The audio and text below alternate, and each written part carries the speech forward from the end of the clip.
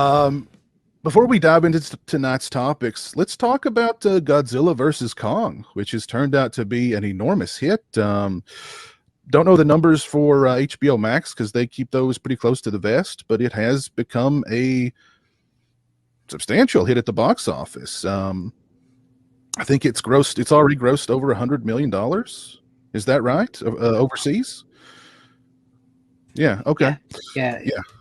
So it was at a 120 something overseas and just under 50 after the first 5 days domestically. Cool. Which no one saw coming. To give you a comparison, back when Wonder Woman 84 opened in December, January, whenever it opened, it did 12. Mm-hmm. So this is definitely a big moment for the theaters coming out of the pandemic.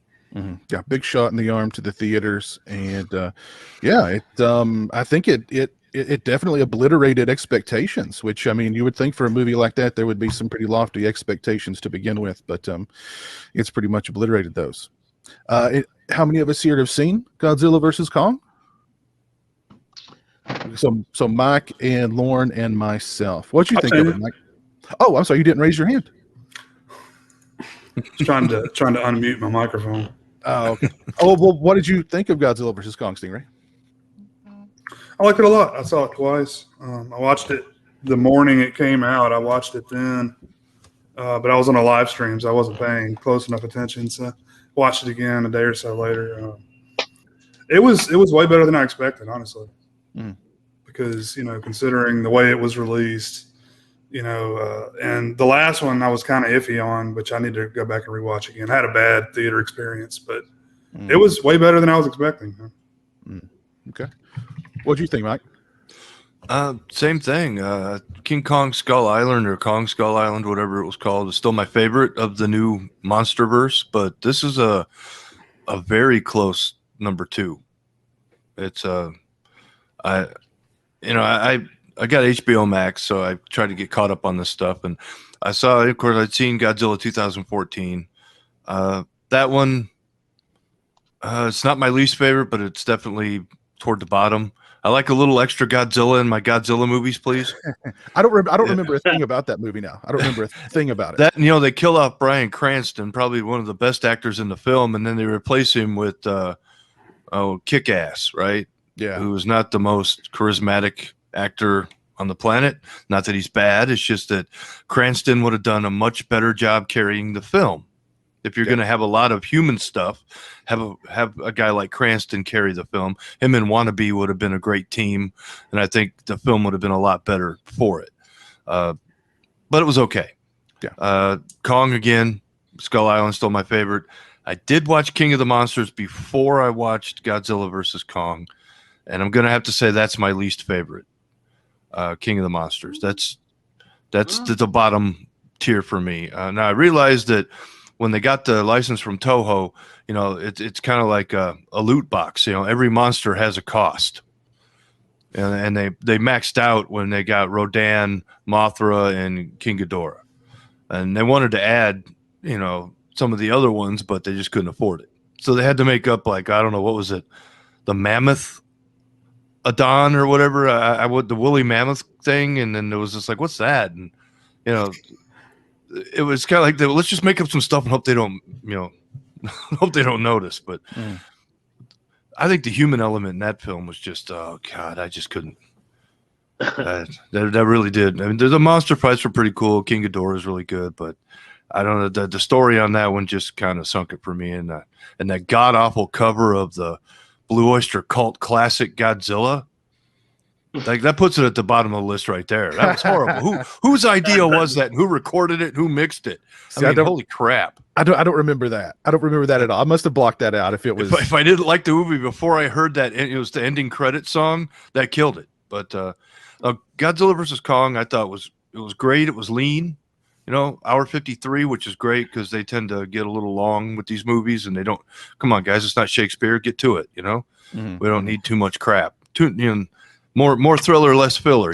And I thought they balanced it well. The human characters were decent. I didn't mind the podcaster.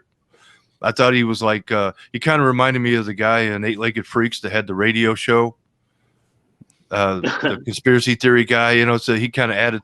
but he ended up being right about what he was talking about. And then they had the kid that was in Deadpool 2 as the main threat to take out. He was amongst that group. And then of course you had the girl back from, which was cool to have a little bit of continuity, having her character come back from King of the Monsters with her father.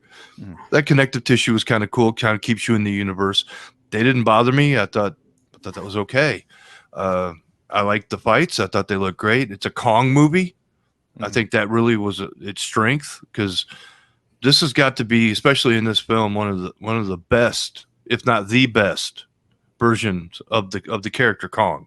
I know the purists of the 33 film might throw rocks at me, but the CG in this flick is actually really good. And I was really impressed with, Kong felt like a real character, and sign language, and I was going to get spoilery here. I can't help it. He could communicate. He had a personality, and I just thought that was great. And Kong made the movie, and Godzilla was good, but again, it was kind of like he was a peripheral character that would just show up every once in a while, do his thing, and then fuck off, And Kong's like, oh, I got to carry the movie. All right, then. But he did a good job of it. Yeah, I felt like it was definitely the Kong show, and I'm 100% Team Godzilla, but I really liked Kong in this movie. I didn't mind it at all that Kong was the star of the movie, and I agree with you about the CGI. I thought the CGI for Kong particularly was really good, and they gave him a personality. I thought the whole whatever's going on between him and the little girl, I was like, oh, it's going to be so cringy, and I was like, it's actually really good, and it added depth to the Kong character. She's really a great little actress. I mean, she really pulled off the part very well, I felt. And I really liked the part when it went to her point of view, there was no sound. So, she's a deaf character, so that when you're seeing things from her point of view, there's no sound. So I thought that was really kind of a cool little addition that they did. And her character communicating with him and the whole thing, I didn't have a problem with it at all. Like I said, it's damn near my favorite of the Monsterverse. It's just that Kong Skull Island just kind of edges it out a little bit, but nothing major. It's almost a tie. Yeah, man, I thought it was really good. It gave you everything that it promised. I mean, but you go back and you watch the old Godzilla films, which I grew up on. You tell me the human stories are better. They're not. They're cheesier. The effects are worse. They're great, and I love them, but I'm sorry. It's like you're going to tell me, oh, well, I hated Godzilla versus Kong because the people were stupid. Obviously, you haven't really watched much of the Showa era. Where Godzilla's dancing around and acting goofy, and they got little Kong or little Godzilla, and I mean, come on, it's been sillier before. So yeah, I thought they did a good job. Yeah. What do you think, Lauren? What were your thoughts on Godzilla versus Kong? Well, I saw it in the theater, which was great because the crowd, and it was a crowd. It was a show. It's a sold-out show. Given the social distance requirements, it was a sold-out show. Right. And the audience was into it. There was some cheering at the end of the film. It felt great to be back at the theater. I like the film a lot. I like the entire Monsterverse a lot. I don't think there's a bad film in the bunch, to be honest with you. I would say, actually, I'm not looking to start a fight with Mike, but King of the Monsters is my favorite by a decent amount. I mean, I think it's the head of the pack, pretty huge. I actually love the human characters in that film way more than any of them. Millie Bobby Brown and this one and her team kind of are pointless to me. I think they're probably the weakest part of this film. But like Mike did say, if you love Godzilla films and you come from a history of not the whole run, whether you're talking Showa or Millennium, the human characters are always kind of melodramatic for their own sake and plot devices. That's always the point they've served. So I really wouldn't want it any other way. I think in this movie, I think they humanized Kong maybe a little too much for my taste. I love in the 33 film that, yes, we love the love story, but let's not forget that when he picks up the wrong woman, he just throws her to death too. And I want a little bit of edge to my Kong that they kind of erased to make him a clear-cut protagonist. I loved seeing Godzilla as a vicious son of a bitch. Loved it. I don't like when they go too far into the protector realm with him. whether in any era.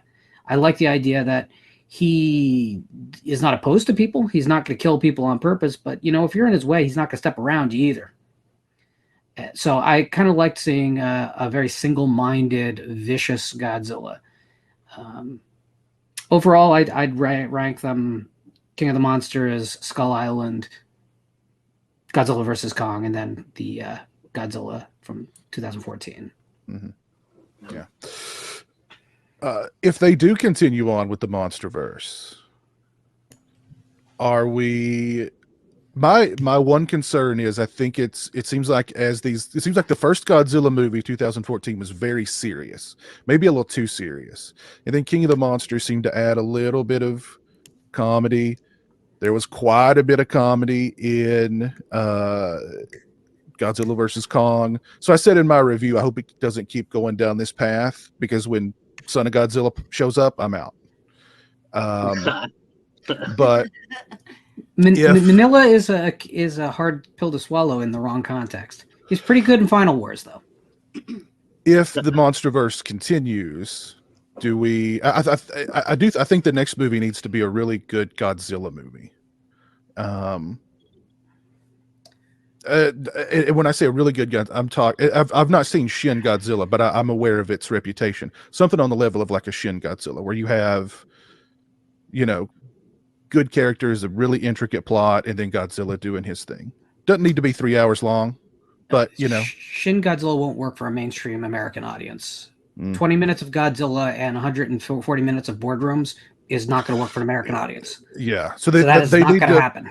They need to pare it down quite a bit, but I think they could, a good intricate, end of the world plot, because we're apocalyptic kind of thing, and have Godzilla there doing his thing. He doesn't need to evolve like he did in Shin Godzilla, but something on that level I think would be really cool. I want a different monster from the Toho verse to get his own film, so that they can build up towards another Versus film. So I would love Rodan to return and have his arc, or her arc, actually. I think that would be awesome. I wouldn't mind a Mothra adventure. I would love a minor character like Anguirus to get his day in the sun, or the big guys. If we're working towards something, have it be a Anguirus film, and then he has to fight, Gigan as the big bad, but Gigan actually wins at the end of that film, and that sets up, the Godzilla versus Gigan film. Or give me Biollante, and I'll just go home happy. I want to see Biollante. Are Western audiences that familiar with the lesser known monsters to give them their own movie like that, or are we thinking like HBO Max kind of movies? Mothra and Rodan were in King of the Monsters, so I don't think they need to be reintroduced. No, not them, but like some of the other guys. I think there's so much goodwill around this franchise right now. They could do it. Well, that was my whole problem with the first one, was they just made up some stupid monsters. Same thing Mike was saying about what they did in King of the Monsters. Like they just, made up some stupid, generic. The Mutos, which make a return in King of the Monsters. There is a Muto in that. But the reason why is because they couldn't afford to purchase any more monsters from Toho. They're trying to keep the budget down. Oh. So either that or Toho wouldn't sell them. Oh, they have a price tag on every monster. It's not so much either of those things. What really happened there is they really wanted to see if they could have a roster that they didn't have to license. So introducing them was the idea of, if the Monsterverse got big enough, we'd get a behemoth film, which is the woolly mammoth reptile thing. They were keeping options open, and I don't blame them. There is a point where the Toho monsters will become too obscure. Yes, I don't think Biollante necessarily. I think you could make that work in your marketing. That'd be great. But I do agree that there is a point where it's like no one cares about it. You can't do the smog monster. That's what I want, smog monster. Can't do it. So, but they need to get with the times though, and instead of a podcaster, they need like a Monsterverse centric YouTuber in the next movie. Well, basically, because the plot of King of the Monsters, you should have had the smog monster in that movie. If you're going to kill off humanity for their sins against the earth, the smog monster should be the reason, right? the eco terrorist plot line that she was going to wake up all the monsters at the same time so they could take their rightful place and punish us for destroying the earth, and we could, go back to a more manageable number as far as the population goes, because we don't deserve what we have because we haven't appreciated it. I mean, that was kind of like the plot of that movie. So where was Hedorah? Where was the smog monster? That would have been a perfect movie for him. He could have been, look, that's what I'm talking about, Well, that's the whole thing, is an allegory for nuclear weapons, right? Yeah. Well, So, in the original not? series, absolutely. Yeah. Why not go that way even harder with the like you're saying? I mean, they brought back the oxygen destroyer bomb, which brings about Destroya, right? Yep. So there's another monster you could have, because there was crustaceans in Kong's lair. You could have the oxygen destroyer, accidentally create Destroya, and that could be another monster come forward. I just hope too that this new Monsterverse will help shine some light on the '98 Godzilla and how overlooked it is and how great it is. Because that movie really needs it really needs to be rediscovered. I think it really does. It needs love, right? That's a lot of fish. It does. Yes. All right. Cool. So. Just real quick before you guys end Sure. on the big monster movies. I always used to like, when I was growing up, watching Fight of the Gargantuans. And I never hear anyone talk about that. And I don't know, those were my favorite monster, big gigantic monsters. So I just wondered how you guys felt about them. Are they part of that universe? I'm not even sure. They never properly crossed over, but I mean, it's because that's followed by a War of the Colossal Beasts. So it's its own thing, I think. I'd just like to see them in some movies.